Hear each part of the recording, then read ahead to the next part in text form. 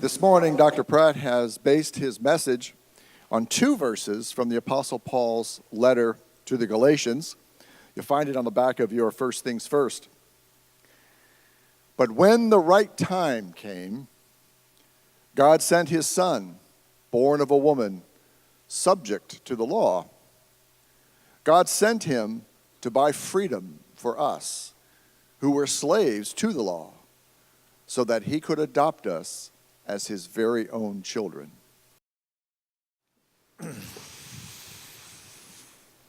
Why did we invent Christmas?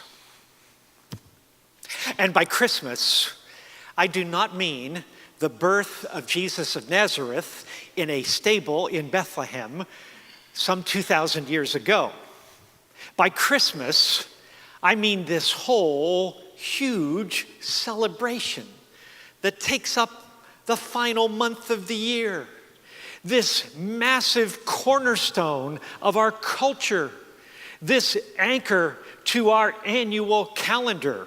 And you could honestly say, the cornerstone to the world's economy. How did this come about? You know, it's a fairly new creation, and it wasn't invented by one person alone, but corporately, we in Europe and North America, over the past 200 years, have collaborated together to create, to invent, to fashion, to change, to mold, to add to this gigantic cultural event, helped along by the writings of Charles Dickens, whose little novella put Christmas on the map, and by the poetry of Clement Moore, and by some inventive advertising people early in the 20th century working for their client Coca-Cola, who pictured a portly guy with a white beard in a red suit in their ads for their fizzy drink, and by singer Bing Crosby, who crooned about winter precipitation, and by all of the other things that have been added to it, filmmakers and songwriters and billions of dollars in marketing, and oh, how it has spread to the point where our modern world is unimaginable without Christmas. It's right there on everybody's calendars and in their minds. And it is entirely possible, is it not, for millions of people all around us to invest themselves fully and completely in what they understand to be Christmas, and to look back at the end of December and say, wow, wasn't that a great Christmas? We really did it right. And they never thought for 1 second about the birth of Jesus Christ. It's possible, is it not? Therefore, I think it's appropriate that we separate and distinguish this modern Christmas is a real thing for lots of people. And my purpose the next few minutes is to attempt to analyze why we corporately have invented it. Now, of course, the original Christmas we didn't invent. It was all God's idea. We didn't have anything to do with it. We never thought about it, and we really didn't have anything to do with carrying it out.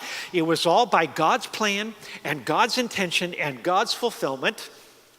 And it all came about to meet the greatest problem on earth. Deep down at the core of all of our other problems lies mankind's separation from our Creator, our alienation and our distance from our source, our loss of our understanding of who we are and why we're here and what life is all about and where we're going. And as a result, we've been alienated from one another. But at the core, it's that separation from God, that true lostness that was our core problem, which human beings, thinking people, for thousands and thousands of years have recognized. Mankind, we have a problem.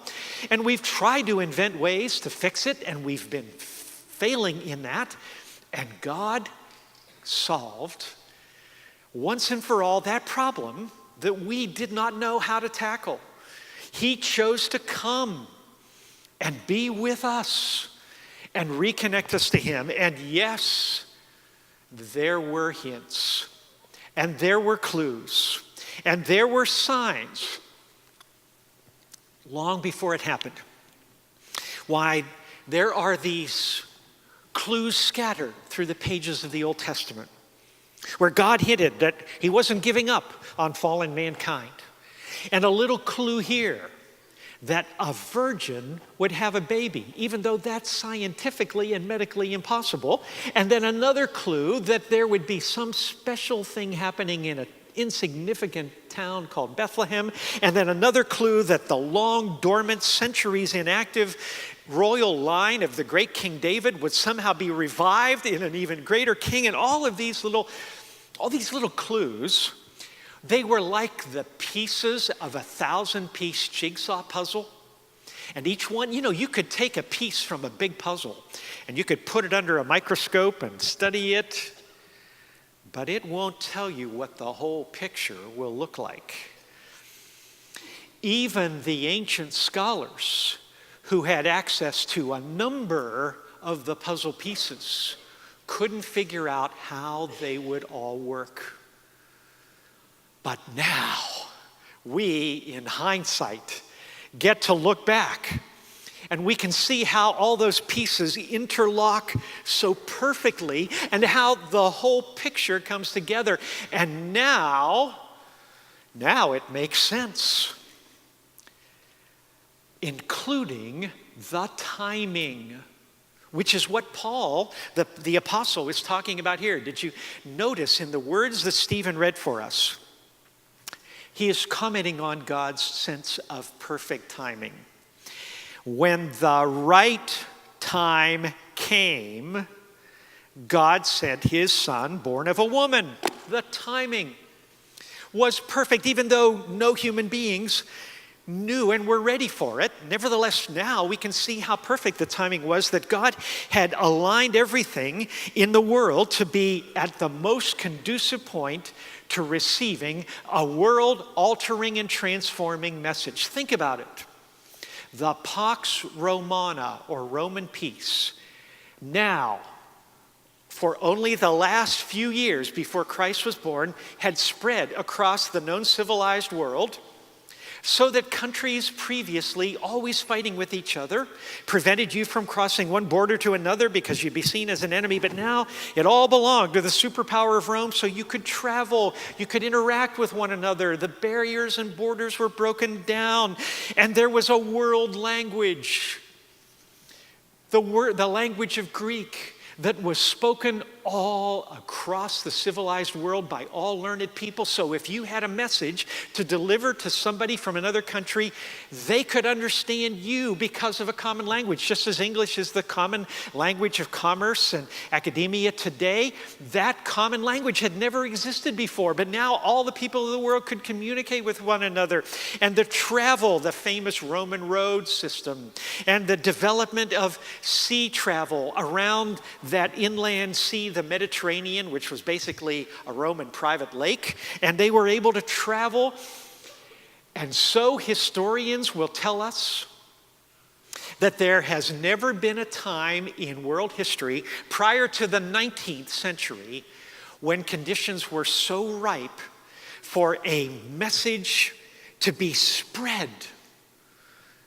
It was as if the dry tinder of a parched California hillside in a drought is lit by a single spark and the wildfire spreads. That's exactly the perfect timing for the spread of the Christian message in the first century. And not only the timing was perfect, but also the location. Or as my real estate agents like to say, location, location, location. The location of God coming to earth was absolutely right, even though from the Romans' perspective, the Middle East, the province of Judea, was a backwater. because they thought Rome was the center of the universe. But in fact, if you and I studied a globe and noticed the unusual way in which the land masses and continents of Earth have come together, we would discover that there is a little strip of land, livable land, not very wide, on the eastern edge of the Mediterranean. To its west is the Great Sea, and to its east an uncrossable, uninhabitable desert. But this little bit of land just happens to be where 3 continents come together. So that if you wanted to take a powerful message, you could go to the southwest, to Africa, to the north and east, to Europe, to the east, or north and west to Europe, to the east, to Asia, and you could, like a compass dial, fan out in every direction and deliver that message. God knew what he was doing in choosing the Holy Land. It was the perfect location. Think about the amazing details of the story, how all of these disparate and seemingly impossibly unconnected elements all somehow were woven together seamlessly. No, who could have ever thought of that? Yes, I know, we've got some creative people in our world. We've got people like George Lucas who can imagine a Star Wars epic, or we have J.K. Rowling who can invent a wizarding world with Harry Potter and his wizard friends, and those are very creative. But think about the creativity of God in pulling together things that we would never, ever think to match. You've got an unmarried woman, you've got an angel, you've got shepherds, you've got a star that came from Lord knows where. You've got these strange characters from hundreds of miles away who show up. How did this all happen? And yet now we can see they are all the elements of a beautiful story, which we think of as the original Christmas. So, this is all God's idea, not our invention. Now, I know that we Christians sometimes get to feeling at this time of year, well, candidly, a little bit defensive and a little bit torqued off because we feel as if our holiday has been stolen. We plaster bumper stickers on our cars, keep Christ in Christmas. And we maybe even invest some money in a billboard or a newspaper ad to remind people that we started it. And we get a little bit ticked off when people imply that by wishing Merry Christmas to somebody, we're not correct. And we sometimes as churches, maybe even with a little bit of defiance, plant a manger scene in our front yard so that busy people driving by to the mall will at least be reminded, this was our idea first. And we get a kind of a defensive attitude about it. And I don't want to focus on that today. Instead, I want us, with grace and compassion, to seek to understand the thinking and the motivation of the secular world and the unbelieving people around us who have all contributed to and embraced this modern Christmas.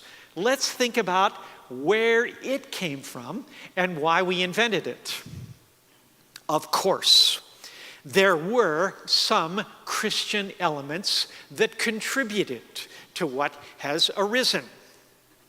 You might say the date came originally from the church and its celebration of Christ's birth, though you've got to know a couple things about the history of this holiday. For the first 1,000 years of the Christian church, it was not a big deal.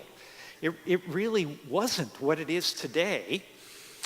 And even the date is speculative. We don't have the birth certificate. We don't know for sure when Jesus was born.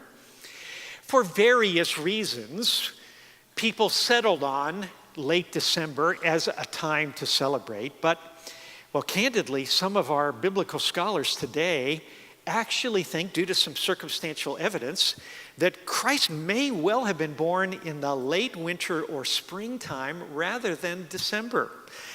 The date is not that important. It's just the one we settled on. But what the church contributed was to set aside one day to celebrate whenever Christ came to earth, whatever that particular date might have been, unknown to us. And we have one day for that. But that's not all that unusual. For in fact, by the time of the Middle Ages, the Western Church had set aside almost every single day of the whole calendar to be a day to celebrate and honor and remember some saint or some hero of the faith.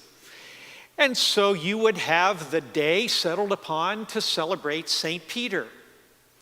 And the worship service at church on St. Peter's Day would be called St. Peter's Mass. Mass meaning a worship service. And for Paul's Day, it would be Paul Mass, or Mary's special day, Mary Mass, or the day we settled on to celebrate the birth of Christ would be called, help me here, Christ Mass, or...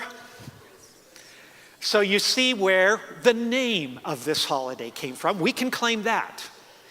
We also can claim that some of the specific traditions did have a Christian origin.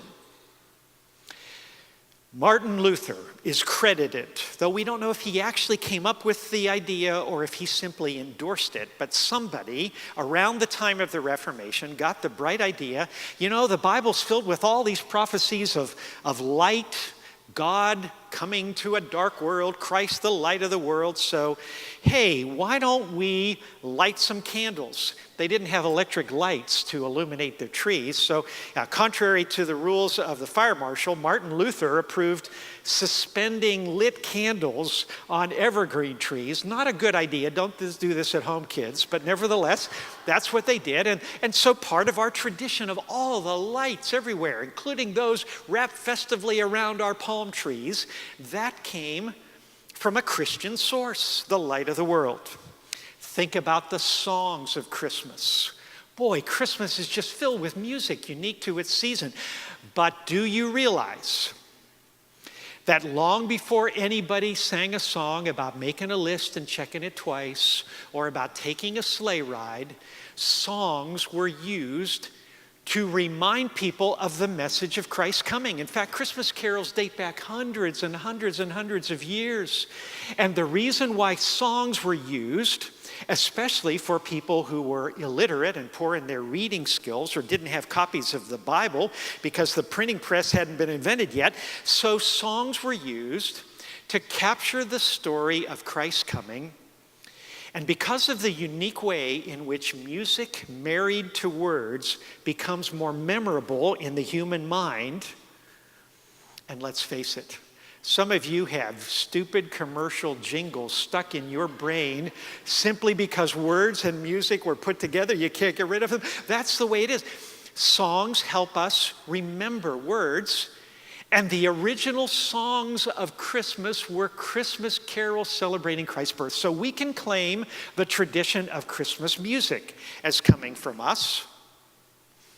And one other tradition is obvious: gift giving. Where did that come from? Of course, the Magi, the wise men, came and presented gifts at the birth of Christ. And even before that, Christ was himself the greatest gift of God to mankind. Many of you know that famous verse in John chapter 3, verse 16, "For God so loved the world that he gave." Gift. Christ was the gift of God. So we can claim credit for the tradition of gift giving. But there's so much else going on in the modern Christmas. And we can't claim Christian origins for much of it. So how did it come about? Well, what I want us to do is to identify what the real deep-seated human needs are that caused our modern culture to invent Christmas. We didn't just do it for no reason.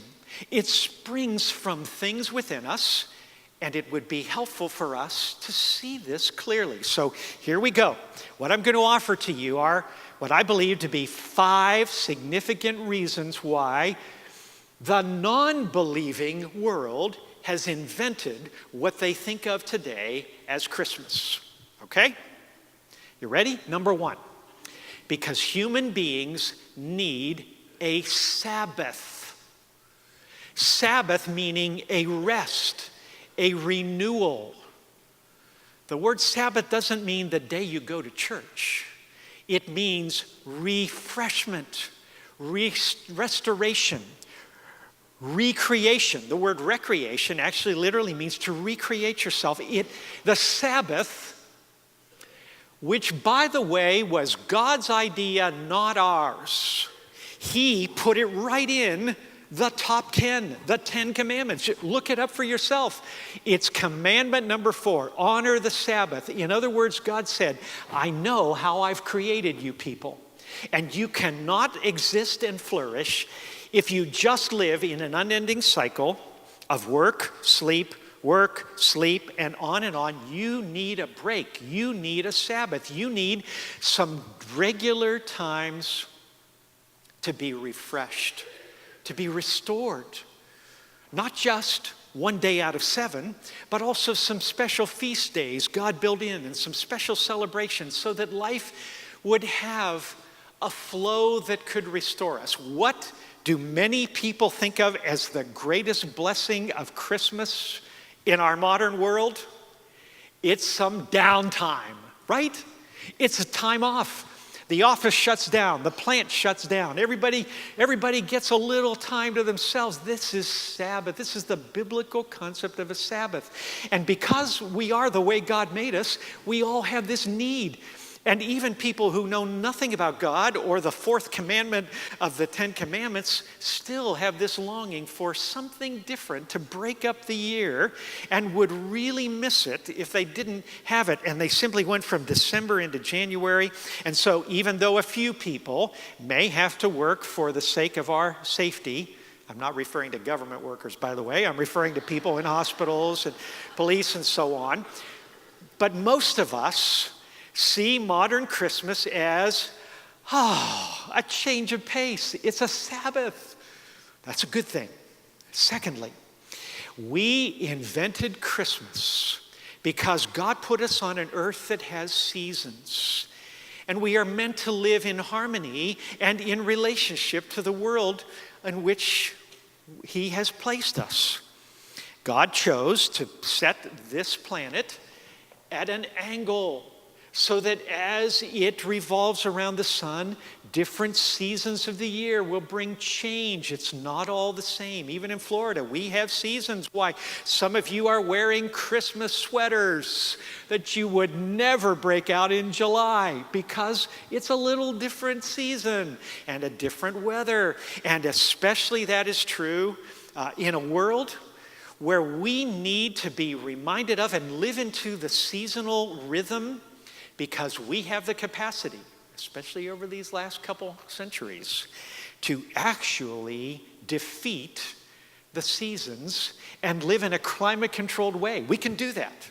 We have the technology. I was talking to a guy who's from Minneapolis. He's moved here, but he used to live there. And in his working career, he told me that even though Minnesota winters are notorious, he could actually go for days at a time without any experience of them because he would get into his car in his comparatively warm garage, and he would drive in his climate-controlled car to his office building where he would park in the garage, and he would take the elevator to his office, all climate-controlled. And at lunchtime, he worked in downtown Minneapolis, and I don't know if you know this, but downtown Minneapolis is just a web of these skywalks across streets that connect all the buildings so people don't have to go outside. And he would go from his office building to a restaurant, completely climate controlled. At the end of the day, he'd go down the elevator, get in his car, drive home, pull into his garage. And in his warm house, he never experienced winter for days at a time. We can do that. But actually, there's something within us that responds to the natural world and the seasons. And so Christmas, as the modern world is created, is actually a way to get in touch with this particular season, which we, who invented Christmas and happen to live in the northern hemisphere, find to be synonymous with winter time. Now, people in Buenos Aires and people in Melbourne and people in Johannesburg might hear our Christmas songs and think, what is with that? Because their seasons are reversed. But for us, we invented Christmas after all. So for us, Christmas has become a celebration of winter, that most wonderful time of the year where chestnuts are roasting and everything else. And why do we celebrate winter? This is another human nature dimension. We have this need to make something positive out of something negative. What's the hardest season of the year? Come on, even skiers will acknowledge this. Winter is the toughest season because it's bone-chilling cold and it's bleak. And much of the natural world seems to die, and often the sky is cloudy, and it's dangerous to travel. And we know that winter can be very unpleasant, and therefore, we've tried to find something positive about it, something to lift our spirits that would otherwise be dragged down by seasonal affective disorder and by how cold and awful it is. So, we've come up with all kinds of imagery to make it feel better. That's because we are wired to live in these seasons and to make the best of even the hardest times in life. So that's a second reason for our secular Christmas traditions. The third, I'll bet you're going to guess this one. We invented Christmas as a time for families to reconnect and get back together, didn't we? Until a couple hundred years ago, this was entirely unnecessary. Because everybody, almost everybody, was born, lived, and died in the same area. And so you didn't have to mark a day on the calendar every year when you'd reconnect with the grandkids, because you saw them all the time, because you lived with your family, but not anymore. In the modern world of ease of travel and of widespread scattering, how many families are all together year-round? Hardly any. So, whether we intended to or not, we have invented this holiday to give us all at least one time of the year where we will get reconnected.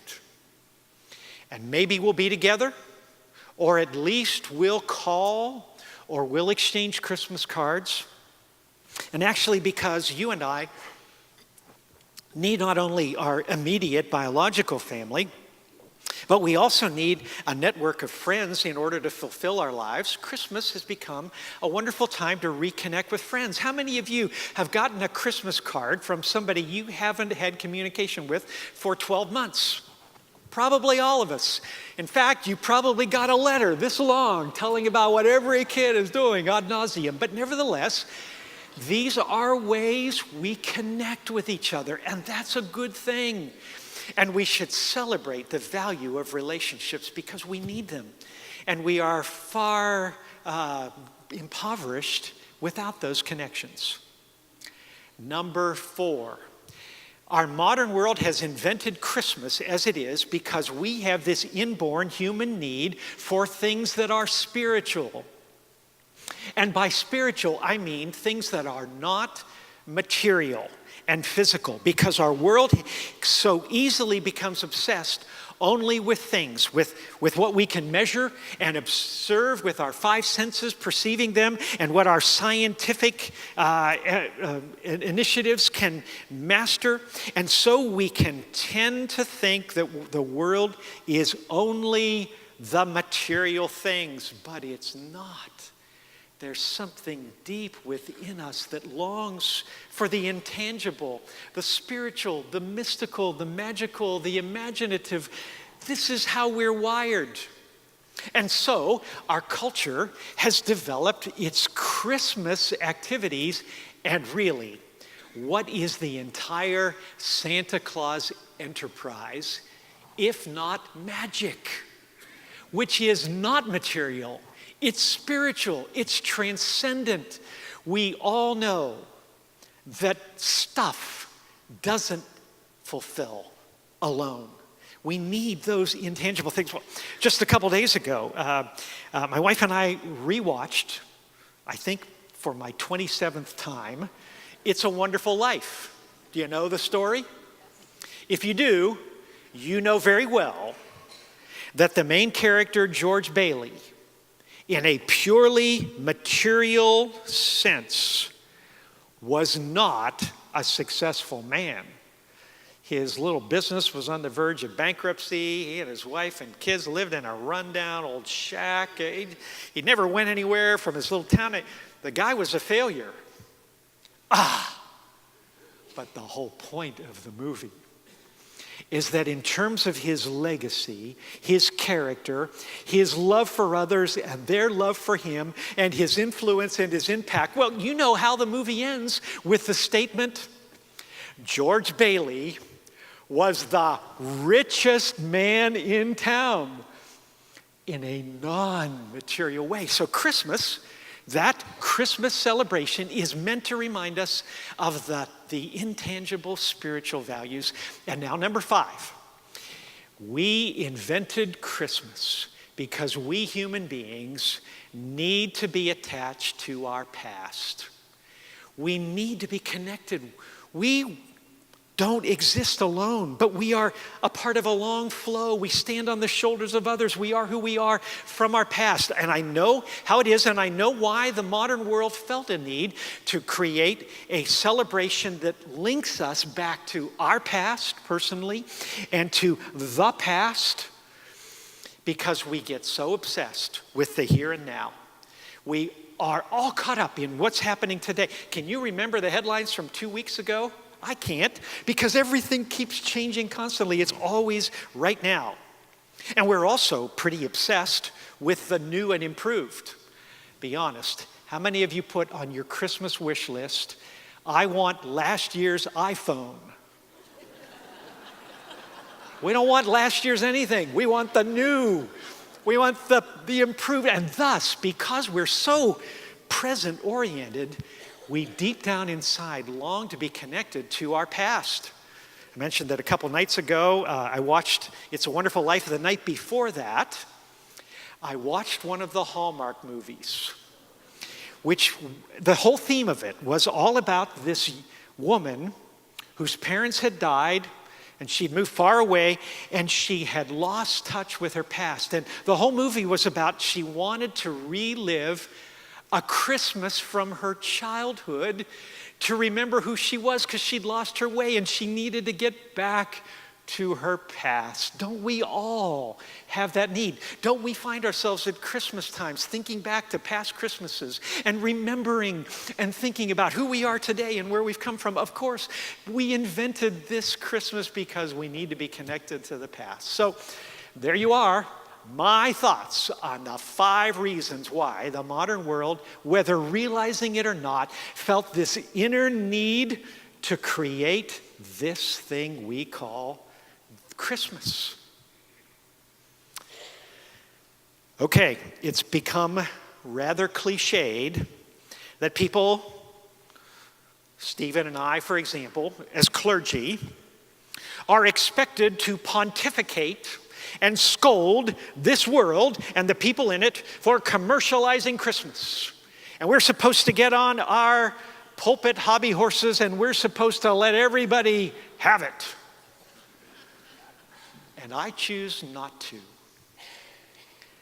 Of course I would prefer that everybody around us would celebrate the birth of Christ, the greatest event in all of human history, and recognize his profound and wonderful life-altering impact for them. Of course I'd prefer that. But I would rather that non-believers around us at least celebrate as much of Christmas as they can, rather than being Ebenezer Scrooges, because those other aspects of Christmas fulfill deep inside of them, whether they know it or not, some very real needs and longings. So good for our culture for at least coming up with what it has. And to us Christians, I'm going to give you my blessing and my permission and my encouragement as your pastor to celebrate all aspects of the Christmas season without reservation or any sense of guilt, but rather embrace it all and enjoy it and experience all the good that it brings. So go ahead. Watch the Hallmark movies and shed a tear. Decorate to your heart's desire and enjoy the artistry of others who decorate. Buy those special gifts for those you love and wrap them brightly and offer them with your gratitude and affection. Sing the songs and hum along, even the silly ones. You can enjoy them even if they're not about Jesus' birth, because it's a part of our culture.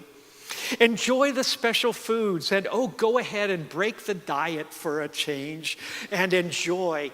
You can celebrate all of the culture's Christmas because we get the bonus that we know the full and true meaning.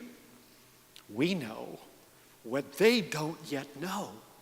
And because of that, we not only celebrate Christmas, and then when the wrapping paper's all torn apart and the trees come down, we're stuck with ho-hum, another bleak existence without any real meaning or purpose. No, for us, life is full and rich because Christ is with us every day of the year and on into eternity. And thus we can celebrate with our comrades and our countrymen everything they've invented in Christmas. And we add to it the most precious part of all. Okay? Those are my thoughts about this Christmas season.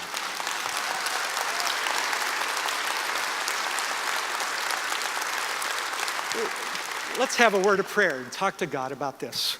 Lord, thank you for allowing a culture that largely doesn't know you to nevertheless respond to the way you've made them and to the deep desires within us. Thank you for the blessings. We will affirm them in this Christmas season. But most of all, thank you for what you did, which changed everything. And thank you that we can know you and experience you. So Lord, bless every single person here. And may this Christmas be great because it never ends, because you are always with us. So we pray this in the name of Jesus, the one who came to us as the greatest gift of all. Amen.